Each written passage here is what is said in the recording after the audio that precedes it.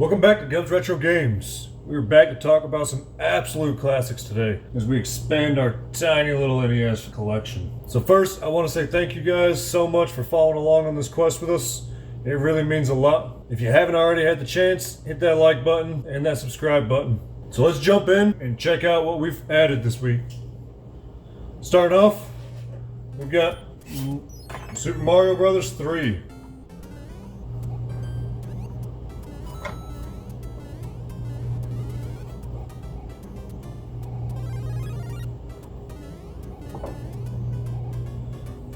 So this was the third installment of Mario Brothers introduced to America, but it was actually the fourth game in Japan, with the Lost Levels being launched a lot earlier than it was in the US. Mario 3 was a classic platformer that was released in North America in 1990. This game's innovative gameplay led to be one of the most popular titles for the NES in the United States. In fact, it's been so popular, it had releases on the SNES, the Game Boy Advance, the Wii U, the 3DS, the Switch, and was even featured as one of the games on the NES Classic Mini. It had a massive selection of power-ups, and what really added to the fun for it all was its non-linear overworld, which kind of allowed you to skip some of the levels, and with the power-ups included, it made sure that no two runs were the same.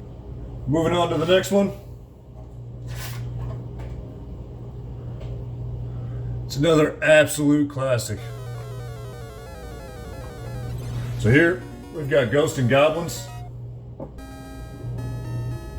The Ghosts and Goblins was released in 1985 as an arcade game originally, and then it was ported over to the NES in 1986 in North America.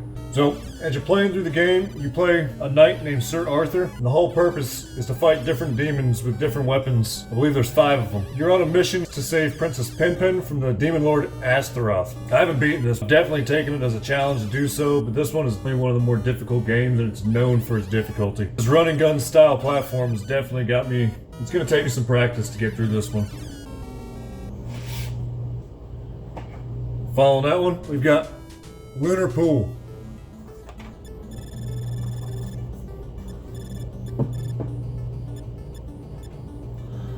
So Lunar Pool, this one surprised me a little bit. I was expecting a run-of-the-mill pool simulator, but after beating the first level, I realized that it had a lot more puzzle aspects to it than I originally anticipated. So every table's a little bit different. Every level, it shifts the table just a little bit, but it makes it a little bit more challenging. So the difference between the first level and the second level wasn't too crazy, but once you get to the third level and kept going, it really took a turn. It was originally released in 1987 in North America, and honestly, I had a lot more fun than I expected with this one, so it was a pleasant surprise when I powered it on. Next up, Mike Tyson's Punch-Out. So as you can see on this one, you got a little bit of back label damage. Front label's in pretty good condition though.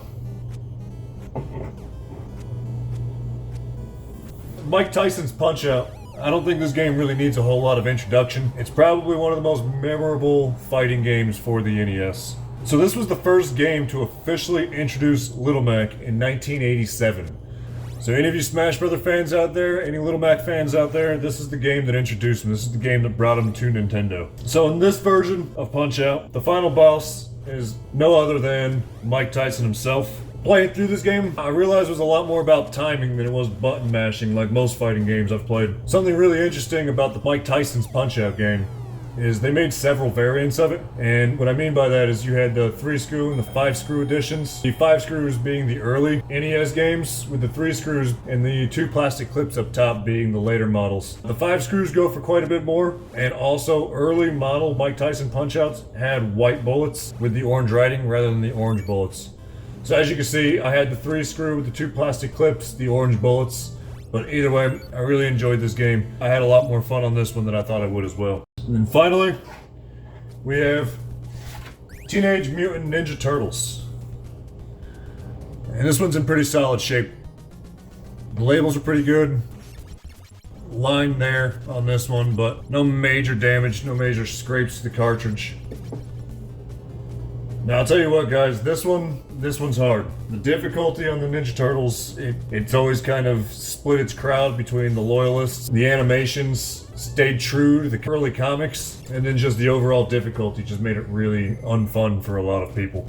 As you're playing through the Ninja Turtles, you got a top-down overworld, and then you go into the sewers for a lot of your action sequences, and then it becomes a side-scroller. I personally struggled to get past Beat Bop and Rocksteady for the first time. I lost all of my turtles except for Donatello. Now, that was another cool thing I really liked about this one, though, is the fact that you got to play all of the Ninja Turtles. It wasn't just you select one and then that's it. It was you got to rotate through all of them. So you had Michelangelo, Donatello, Raphael, and Leonardo. It's another one that's going to take some time. It's going to take some practice for me to get good at. I'm really excited to get into that one a little bit more and try to beat that one.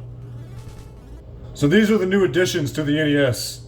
It brings us up to a grand total of 10 NES games. Drop some suggestions on games that you guys really enjoyed on the NES, things that you think we should keep an eye out for that are worth trying. Bump it ahead of that random pickup line that we have going on right now. I appreciate you guys stopping in as always.